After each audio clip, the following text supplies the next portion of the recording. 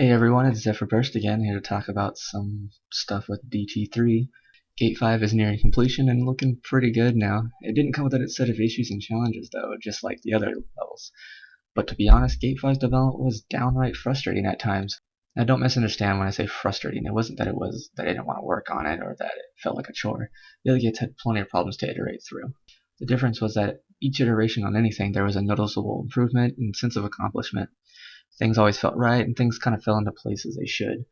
This wasn't the case with Gate 5. A lot of times things just felt wrong, or an iteration on something made it feel worse than before. It always felt like a step forward just to take two steps back. The reason for this didn't come until later down the road with the Gate, and this should have been painfully obvious to me. Gate 4, the Mega Man X inspired levels, was by far the easiest to develop. I mean, the entire DT project's speed and pacing is all really heavily modeled after the X series. And I personally loved X1, 2, and 3. And I feel Gate 4 is by far the best of the main 5 gate levels. Gates 2 and 3 had some special cases where the levels needed to be tailored to a specific playstyle to make them feel right. And what I mean by that is the gate feeling like it's source material while still maintaining what DT is all about.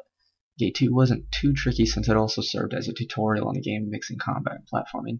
Zelda isn't really defined well in the side-scrolling department, so what I was allowed to get away with was rather broad. There aren't too many expectations when going outside of Zelda 2's gameplay. Gate 3 simply expanded on what the player learned in Gate 2, only with a slightly different set of abilities. Castlevania's gameplay is a close match to DT in certain regards, so special cases didn't need to be made often to make it feel like Castlevania. For Gate 1, Mario is Mario, and really the only thing that would be off about that level are DT's physics not matching Mario's physics, especially the new Super Mario Bros. Series. But I didn't want to change the jump physics. Imagine having those set of jump physics specifically tailored to Mario and then coming out of that and having to relearn the jump physics again when that Gate 1 is all about teaching you those basic platform mechanics in DT. The issue with Gate 5 is Metroid and DT's playstyles are vastly different from one another. DT relies heavily on small, congested moment-to-moment engagements. The platform is also a far separation. Now, I'm only going to reference the 2D Metroid games, as the Prime series is way different and really doesn't play in anything for DT. So, for example, Samus is not that great at platforming. Mario, as a comparison, is more suited for these types of things, and DT is a lot closer to that. She does, however, excel at long-range platforming, but only when unhindered by the environment or various obstacles. Things like the space jump, wall jump, speed booster, and shine spark all get Samus to these really far-off places, but these have fairly limited uses in most cases. DC luckily doesn't utilize any of those things for Gate 5, but it does make use of the Morph Ball, and here's where some of the problems came in. Now I'll mention level design in a moment, as that is the biggest offender for the problems I came across. In the first Metroid on NES, Samus could only initiate the Morph Ball when on the ground, and the Morph Ball itself was slower. This was the same for Metroid 2 and the Game Boy, though the Morph Ball was roughly the same speed as Samus's run, maybe a little faster. In Super Metroid, it was faster than Samus, and it could be initiated in the air. However, it was slower than when moving horizontally while you're in the air. Getting into it while airborne felt clunky due to having to press down twice, and you couldn't be moving left or right or the game would cause you to look downward. It was the same when running. You typically had to stop your movement for a moment to get into the Morph Ball, and I feel like this awkward or clunky feel with the Morph Ball was deliberate to keep it from being an exploit for easy dodging. Its purpose in Metroid is navigation, not mobility, and I found it's a good idea to actually keep that going for DT. In DT3, the Morph Ball mechanics do not work like they did at the end of DT1. That was set up specifically for the escape sequence, so it needed to be fast and fluid and get the player where they wanted to go quickly. Instead, they work much like Super Metroid did. The ball is just a hair faster than Claire's run speed on the ground, but once you're airborne, it's much slower.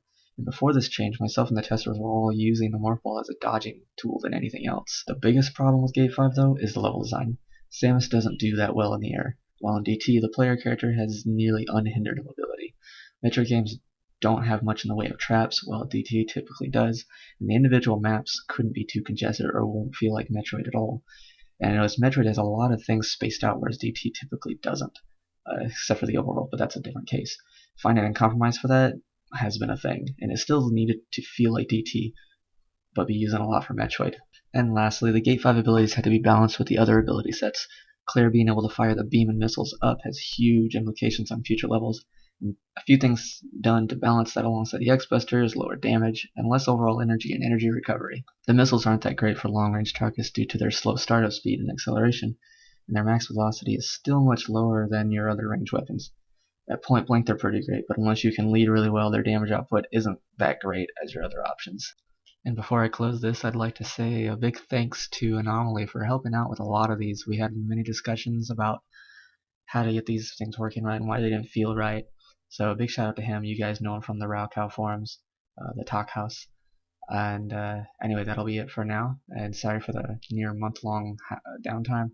That'll happen a few times here and there. Anyway, see ya.